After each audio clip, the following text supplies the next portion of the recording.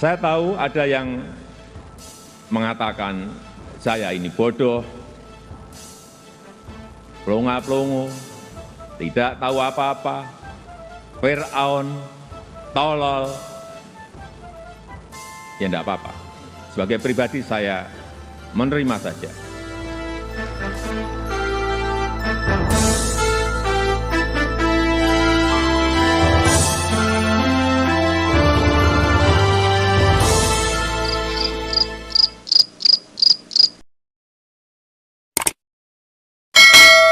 Kita saat ini sudah memasuki tahun politik.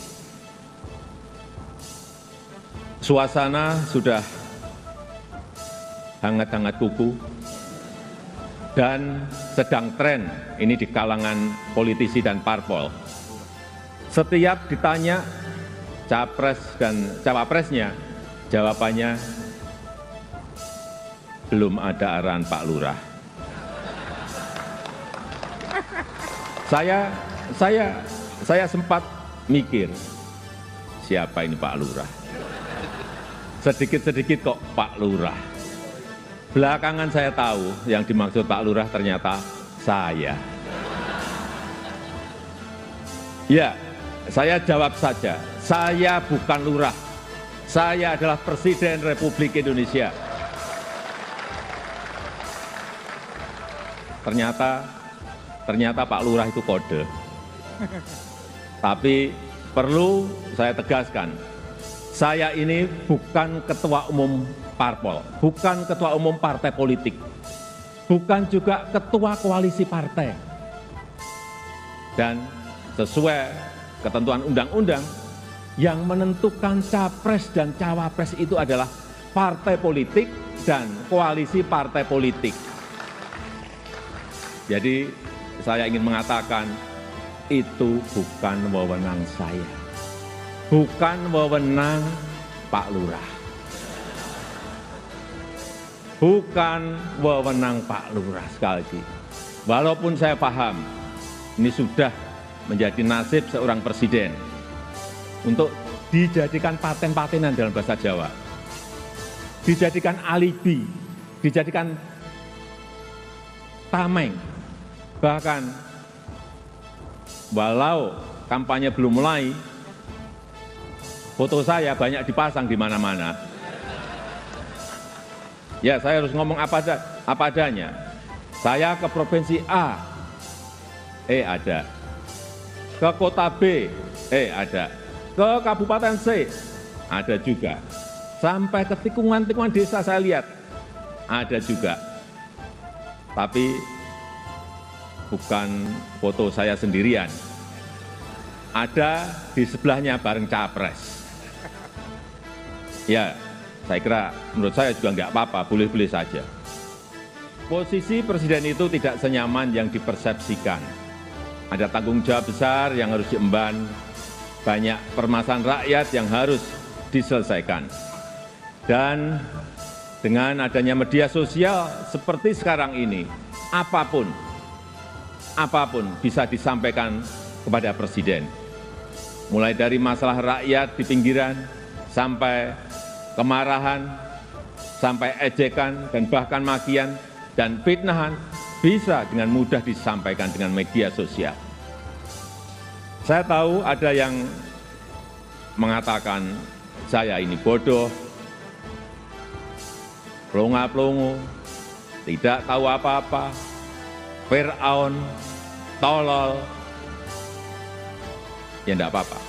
Sebagai pribadi saya menerima saja. Tapi yang membuat saya sedih, budaya santun dan budaya dan budi pekerti luhur bangsa ini kok kelihatannya mulai hilang. Kebebasan dan demokrasi digunakan untuk melampiaskan kedengkian dan fitnah.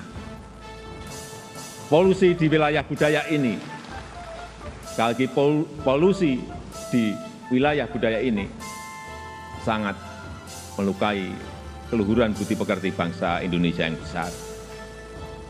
Memang tidak semua seperti itu. Saya melihat mayoritas masyarakat juga sangat kecewa dengan polusi budaya tersebut. Cacian dan makian yang ada justru membangunkan nurani kita semua, nurani bangsa untuk bersatu menjaga moralitas ruang publik, bersatu menjaga mentalitas masyarakat, sehingga kita bisa tetap melangkah maju, menjalankan transformasi bangsa menuju Indonesia maju, menuju Indonesia emas 2045. Ini yang bolak-balik saya sampaikan di setiap kesempatan, bahwa Indonesia saat ini punya peluang besar untuk meraih Indonesia emas di 2045, meraih posisi jadi 5 besar kekuatan ekonomi dunia. Kita punya kesempatan, dan tidak hanya peluangnya saja, tetapi strategi meraihnya sudah ada, sudah dirumuskan. Tinggal apakah kita mau memfokuskan energi kita untuk bergerak maju, atau justru membuang energi kita untuk hal-hal yang tidak produktif, yang memecah belah, bahkan yang membuat kita melangkah mundur. Bapak, Ibu, saudara-saudara sebangsa dan setanah air, para hadirin yang saya muliakan. Bonus demografi yang akan mencapai puncak di tahun 2030-an adalah peluang besar kita untuk meraih Indonesia emas 2045. 68% adalah penduduk usia produktif. Disinilah kunci peningkatan produktivitas nasional kita.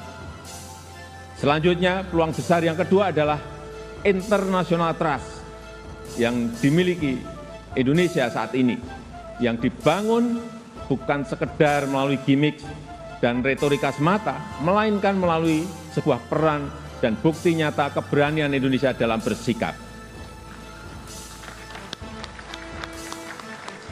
Momentum presidensi Indonesia di G20, keketuaan Indonesia di ASEAN, konsistensi Indonesia dalam menjunjung HAM, kemanusiaan dan kesetaraan, serta kesuksesan Indonesia menghadapi krisis dunia 3 tahun terakhir ini telah mendongkrak dan menempatkan Indonesia kembali dalam peta percaturan dunia.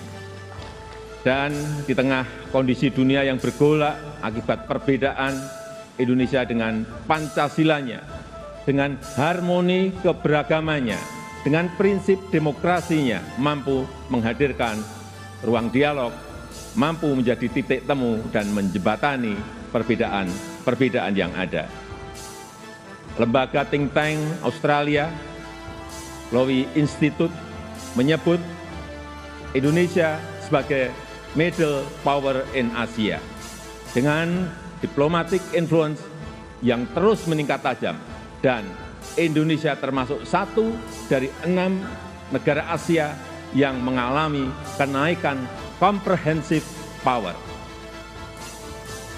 Tapi kemudian ada yang bilang, memang kenapa dengan international trust yang tinggi, rakyat kan makannya nasi.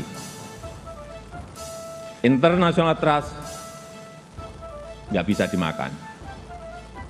Ya, memang nggak bisa. Sama seperti jalan tol, nggak bisa dimakan. Ya memang. Nah, ini contoh menghabiskan energi untuk hal-hal yang tidak produktif. Tapi tidak apa-apa.